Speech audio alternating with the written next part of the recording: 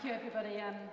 I understand that the cardinal sin here is to overrun. So I'm going to set the timer on my phone just to warn me for how long I'm going on for. And I've also bought these papers to arrange, which I hope I'm not even going to need, but it makes me feel a bit more secure if they're there. I might use the handheld mic. Is that all right, technical people? Thank you. Thank you, that's better. Then I can sort of wander around a bit. Could I have my first slide, please? Okay, the story I'm going to tell you, even though I'm a novelist and I normally make things up, this story is true. And this story is a love triangle. The lady that you see up there is my great-great-grandmother, who went by the name of Caroline Lee. Her family name was Spank. Nobody knows why this was so. Some people say it was because she was always very smartly dressed. She was spanking new.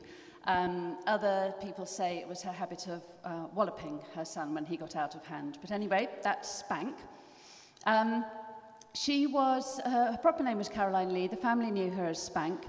And she was, according to our family history, a pure-blood Romany, a gypsy, an English Romanichal gypsy.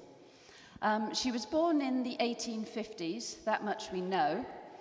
Nobody knows precisely when or where she was born, and the family story, I was told, was that she was born in somewhere like Eastern Europe, and that she came to this country on a ship with a big white sail. I've actually got reason to believe that that probably wasn't true. It's more likely she was born somewhere like Spalding. We're a great one for storytellers in our family, but as you may or may not know, in the 19th century, from 1837 onwards, everybody was supposed to register births, deaths, or marriages. Romanies very rarely did this. It wasn't in their interest to let the authorities know who or where they were, and if they did register a birth, they were more likely to do it with whatever name happened to occur to them as a good name to use on that particular day. They did sometimes get christened. You can find them in the parish records. This was advantageous. A lot of Romanies were very religious anyway, but it was also advantageous if you had 8 or 9 children. You went to the local vicar, you said, "Vicar, I've found God," and he's very pleased because there's 8 or 9 of the little mites, and they say, "I found God, Vicar. I'd like to get all my children christened at once." And then the villagers would bring presents because this vast family had found God. Give it a couple of weeks, you could then move to a neighbouring parish and go to the church and say, "Vicar, I've found God," and get another 8 or 9 presents for your children. Anyway, Caroline Lee, although she was born sometime in the 1850s, we only know roughly, but we know when she died, which was 1949, and she lived well into her 90s, which is how come we have this picture of her. So my father, who was in his 20s when she died, he can remember her very clearly, and he was absolutely terrified of her. She was very, very tiny and very fierce and had very, very dark, piercing eyes. And apparently she always dressed very, very smartly in smart coats, with a slightly mangy fox fur draped around her shoulders, and a hat with a big ostrich feather and little lace-up boots. And if you knew what was good for you, you didn't get on the wrong side of Spank. Anyway, she did get something wrong herself in her early years. When she was in her mid-teens, she fell pregnant. Nobody knows who the culprit was, and that's information I've not been able to trace, unfortunately. She gave birth to her son, an illegitimate boy, in a graveyard in a village outside Peterborough called Werrington. The story is the local vicar took pity on them and gave them a sort of shack in the graveyard. Nobody knows whether her son was actually born in that shack or on a grave itself. But it's in the parish records, gypsy boy, born in the graveyard. That was my great-great-grandfather. So can we have the next slide, please? This is my great-great-grandfather, George Smith, or as he was known in our family, Tabletop. Now, I don't know why he was called Tabletop. I have been told that it was on account of his flat head. But if you look at that, his head doesn't look particularly flat. I think there's various explanations for that story. That's Tabletop in his army uniform later in life. When he was a boy, he was, by all accounts, a bit of a terror. Later in life, when my father knew him, he was almost completely bald. But his mother had raised him to be a smart boy. The only hair he had left when he got older, tabletop, was a long strand of hair that came out of the back. He was completely bald on top and bald around the sides, but he had this long strand of hair that came out of the back. And apparently he would oil it, and he would then wrap it round his head, fashion it into a kiss curl on his forehead, and pull his cap on top. So that was tabletop, an extremely vain man, as you can see. Anyway, he did what a lot of Romanis did in the 19th century. His mother, Spank, she married a man called Lee. That's how she became Caroline Lee. And the family travelled from one harvest to another. It was a very common pattern. You would go sort of hop picking one season, potato picking another season, travelling from harvest to earn a living. And it was while he was working as a fruit picker on a Cambridgeshire estate that my great-grandfather, Tabletop, met his future wife, Hepzibah Lavinia Odell. And can we have the next slide, please? This is Hepzibah. Now, that looks as though she's wearing an extremely grand hat. It is, in fact, a tear in the photograph, I'm sorry to say. She's a tall woman, Hepzibah. She's almost the diametric opposite to Spank. And she's got the mangy fox fur, though, as you can see, and a big dark-brimmed hat. Hepzibah, I was told by my family, was a high-born lady. She was the landowner's daughter, and she came round collecting the rent from the gypsy caravans, or vardos, as they were called. Anyway, Tabletop and Hepzibah took one look at each other and fell madly in love. Apparently, when her father found she was consorting with gypsies, he horsewhipped her and locked her in her room. However, such was Hepzibah's love for Tabletop that she escaped from her room, shinnied down a drain pipe, and she and Tabletop eloped across the fens. Now, apparently, when her father found out, he was completely furious, and he and her brothers set off across the fens on horseback to get them. And you can imagine if they'd actually caught up with them, then it wouldn't have looked very good for Tabletop. Anyway, they couldn't find them. Tabletop and Hepzibah went to East Cambridge, where her family originated from, and they got married in a church in East Cambridge. She wanted her family to know that she wasn't a completely fallen woman. She wanted them to know she was going to be legally wed, so she sent a notice to them of when the wedding would be and invited them to come, but none of them turned up, and none of them ever spoke to her again because she'd disgraced the family by running off with a gypsy. However, without telling her, her father paid for the church bells to be rung as she came out of the church, which would have been very sweet, apart from the fact that apparently she said quite often, according to my Auntie Betty, it would have been better if one of the bells had fallen off and killed me stone dead. Such a life she had with Tabletop. Tabletop, as it turned out, was a general ne'er-do-well. He and Hepzibah were incredibly poor. They constantly had the debtors chasing after them. At one point, they didn't even have enough money for a vardo. They were sleeping in ditches by the side of the road. And there's all sorts of family stories about how they survived. Apparently, one night, they were desperate for somewhere to sleep, so they took shelter in a derelict cottage that was rumoured to be haunted, and none of the locals would go near it. And in the middle of the night, the ghosts came and ripped the blankets off their backs and whirled them around the room, and Tabletop and Hepzibah were forced to flee down the road. Anyway, it was a tough life. Hepzibah was cast out by her own family, but she was never accepted by the Romanese either, because she was what's known as a gorger, which is a pejorative term for a non-Romany, and her children, when she eventually had them, were half and halves, which is also not a nice thing to say about anyone in Romany culture. She had particular problems with her mother-in-law, with Spank. Apparently, the first time they met, Spank said to Hepzibah, "You've married my son, and you'll sop sorrow by the spoonful till the day you die." I think we can safely say that's not a good start to in-law relationships. The two of them didn't get on at all. They were at loggerheads for 30 years, although they were often forced to live together in close quarters throughout those 30 years. Having said that, it can't be all bad, have been all bad, because Hepzibah and Tabletop did manage to have 5 children, one of them my father's mother. But you can just see how difficult it was for these 2 women to get on, and you can see why it was a love triangle, because Tabletop, the man at the centre of this triangle, he was everything to both of them. He was the only child that Spank ever had, and she had disgraced herself in order to have him. And Hepzibah had given up her whole family to be with this man. By all accounts, he was completely unworthy of their love, and by all accounts, he was almost a sort of empty vessel into which they poured all their love and antagonism. It was a very strange story, but they did stay together. They had their 5 children. And later, Tabletop served in the First World War. He was actually too old to serve in the First World War. He was born in the 1970s, so he lied about his age to get in, to make himself younger. 2 of his sons lied about their age to make themselves older.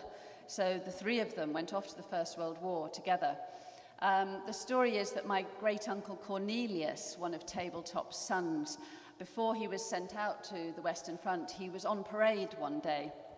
And, you know, generally, Romany people, they don't take kindly to having their appearance criticised. They're very, very proud people.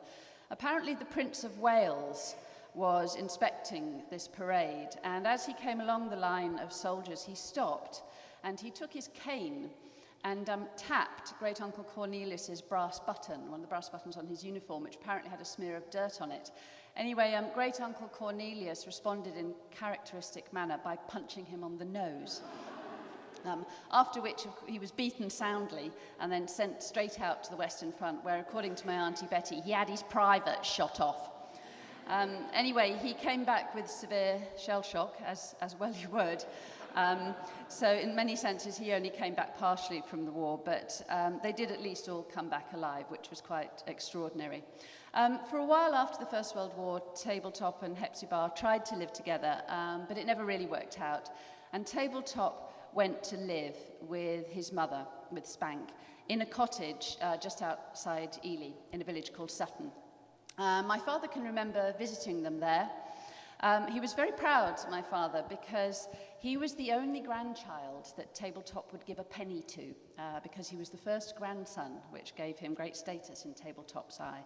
And Tabletop would hand over this penny and say, "Here you are, Ken, buy yourself some carrots."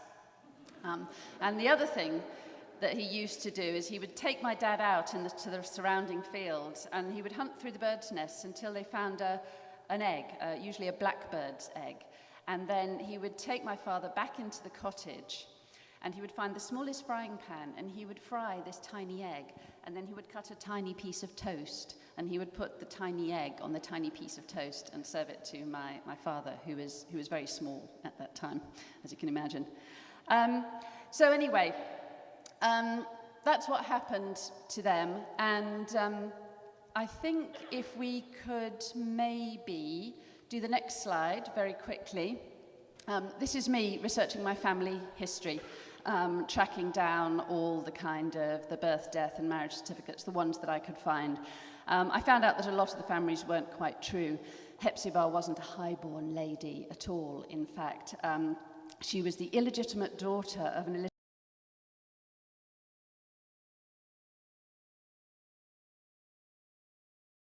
event when I based my fifth novel on this story. Anyway, what I'd like to do now, I would like to play you a little sideshow and a small piece of music. My father wouldn't like me being up here, I may as well say. He says, "You want to stop talking about our gypsy family. If you're not careful, you'll get a brick through your window." And the following slides might give you some idea why. If we could have an excerpt of music and the little slideshow that we've got, please. Thank you.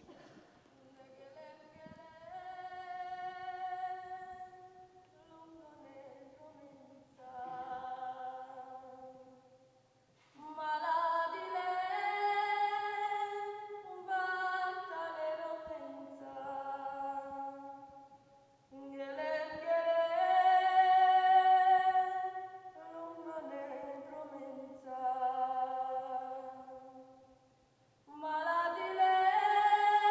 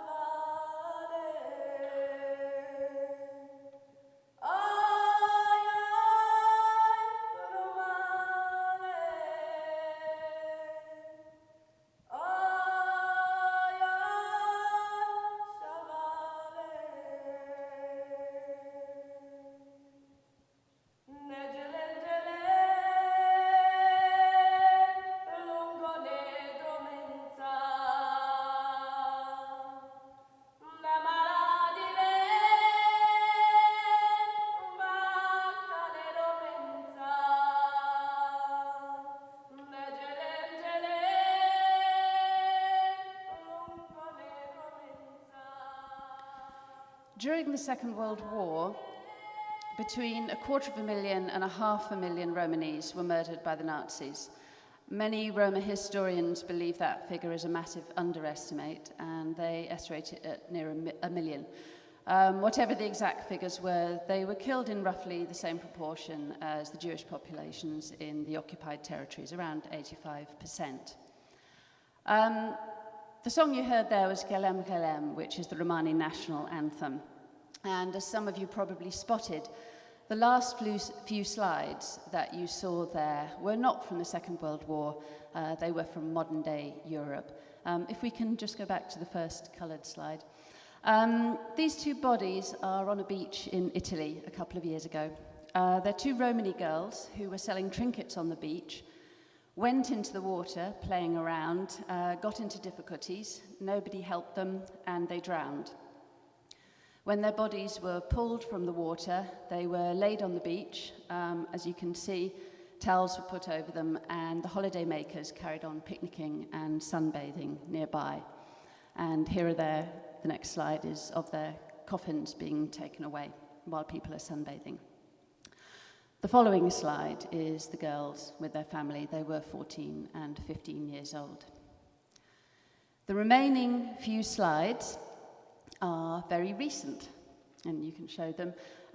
This is France in 2010, courtesy of Mr. Sarkozy, who is currently deporting Romani people based, as leaked memorandums have revealed, on the basis of their ethnicity. This is collective punishment. These people have committed no crime. Somebody in their camp might be suspected of a crime, and the gendarmes have gone in, and the whole families have been shipped back to Romania. There are 10 million Roma across Europe. 86% live below the official poverty line, and it's the fastest growing ethnic minority in Europe. This is a problem that's not going to go away, however many Roma Sarkozy puts on his buses. If possible, can we just go back to Spank now at the very beginning? Thank you. I'm just going to round up now to say that I don't really know what the truth of my great-great-grandmother's heritage is. I don't know whether she did come to this country in a ship with a big white sail. It's possible because there was a big migration of Roma here in the 19th century. It may have also been in the 16th century. But I do know that if she hadn't come here, her descendants, including me, almost certainly would have been killed during the Second World War. I'm very proud of the fact that my family ancestors were Romani, but I'm even more proud of the fact that they were economic migrants. And I bet if any of you looked into your family history, you would find that your ancestors were economic migrants too. Economic migrancy is what blends us, unites us, changes us. It's what makes us what we are today. Thank you.